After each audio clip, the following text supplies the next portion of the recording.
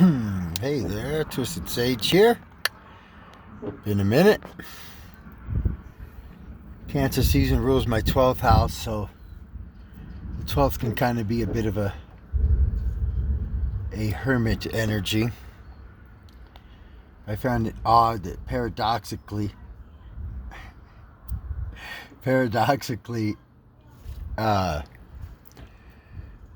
so the 12th house, the planets have actually risen into sight, so they're above the horizon. So planets that are in the first house are actually before the sun rises. So I find that kind of odd. It would almost seem like it'd be like the reverse role, but there are, again, paradoxical understandings in astrology. Oh, I think we're 0 degrees, 1 degrees, moon in Libra. So moon illuminating partnerships.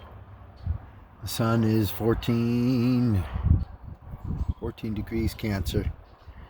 But I'm mainly going to be talking about America's solar return.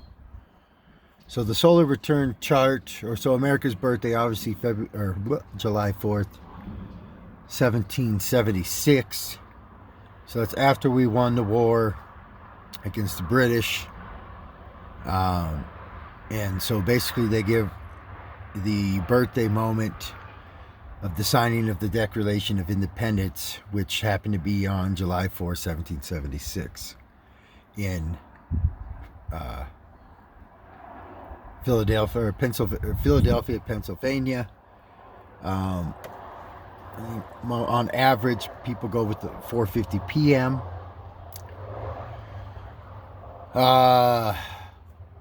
Which makes us a collective Sagittarius rising. Our sun is at 13 degrees of Cancer, and we have an Aquarius moon, 26 degrees Aquarius. But also, that rising is 8 degrees Sag. So our ruling planet is exalted in Cancer. And our ruling planet is in the 7th house of partnership. Our sun inhabits the 8th house. I feel like you can see that we have a bit of a toxic relationship to food. So Cancer rules, again, I said this many times, but Taurus rules kind of like the food that how we enjoy food and the quality of food. But then Cancer rules the nutrition that we get after absorbing that food. So on the solar return chart, solar return is mapping exactly, obviously, the sun, where that precision point is, and then where are the planets in relation to that. And they're pretty spread out. I believe the third and the 7th house are the only planets, or the only houses that don't have some body in them. So air houses, communication, trying over the partnership. Our solar return for America puts the sun in the 2nd house. So values, what we have, self-worth. We come up with a Gemini rising 21 degrees, which is extremely significant. Obviously, you don't really need astrology to see that potentially we'll be headed towards a World War III at some point.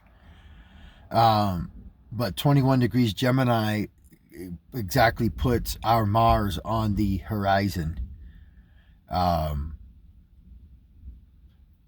So I think there's going to be war in the future. I don't think it's going to quite set up, mainly due to, and I said this in videos prior, but I think it's going to be in March. Yeah, It's going to be in March, mid-March, so beware the Ides of March, or shortly after that when the sun actually ingresses into Aries. But as Americans, we have a Mars in Gemini, and we're fixing to have that retrograde happen. And so, yeah, I think it's going to be shortly after the Mars is going to reach all the way up to 25 degrees of Gemini before going backwards. So it's going to cross over our natal Mars 3 times.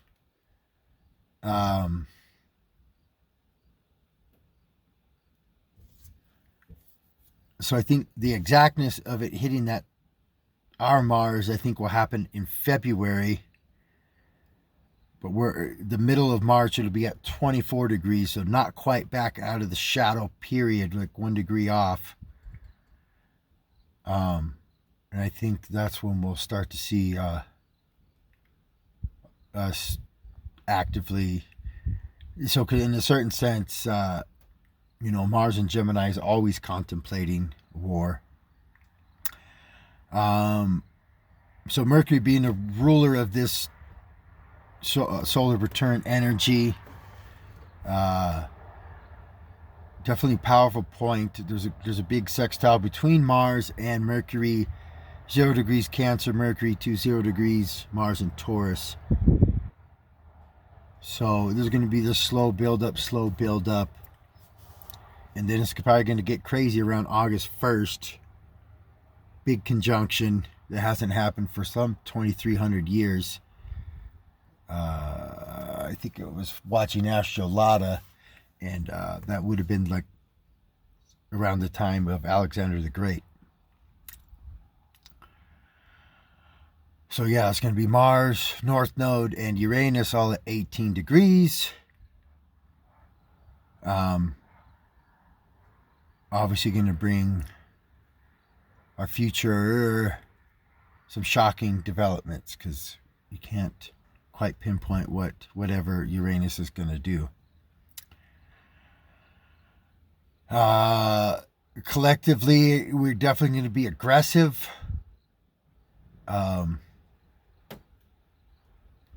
There's definitely Aries in our 11th house going on. And that Mars at a 0 degree brings out, a 0 degree is a bit of a Aries degree intensity. Kind of brings a pure form of whatever that new energy is. A bit of rawness. So our mind is definitely, and our drive is going to be focused on home. That Mercury is going to be in the first house. So perhaps protecting home be a big theme.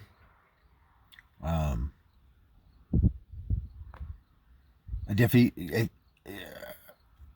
in Arizona, but the great COVID migration has definitely got people buying homes, selling homes, and maintaining homes. There is a bit of a grand Earth trine, which normally would be supportive, but you got Uranus and Taurus, which is shaking up our foundation, and then that's in trine over to Pluto and Capricorn, which is tearing down the old traditional ways, and then they're in trine to the moon in Virgo.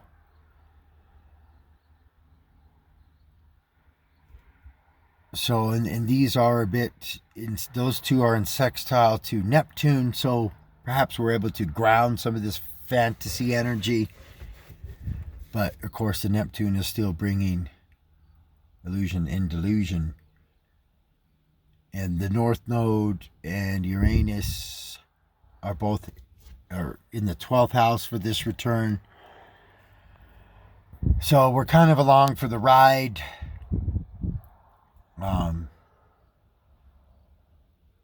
And there might be a bit of hidden enemies.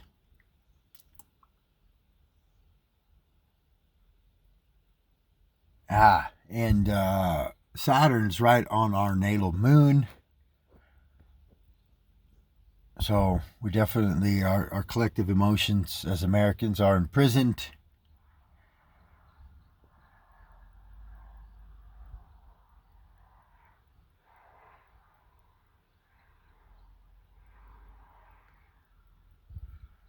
All right. Yeah. War's coming. Start that out. See you when I see you.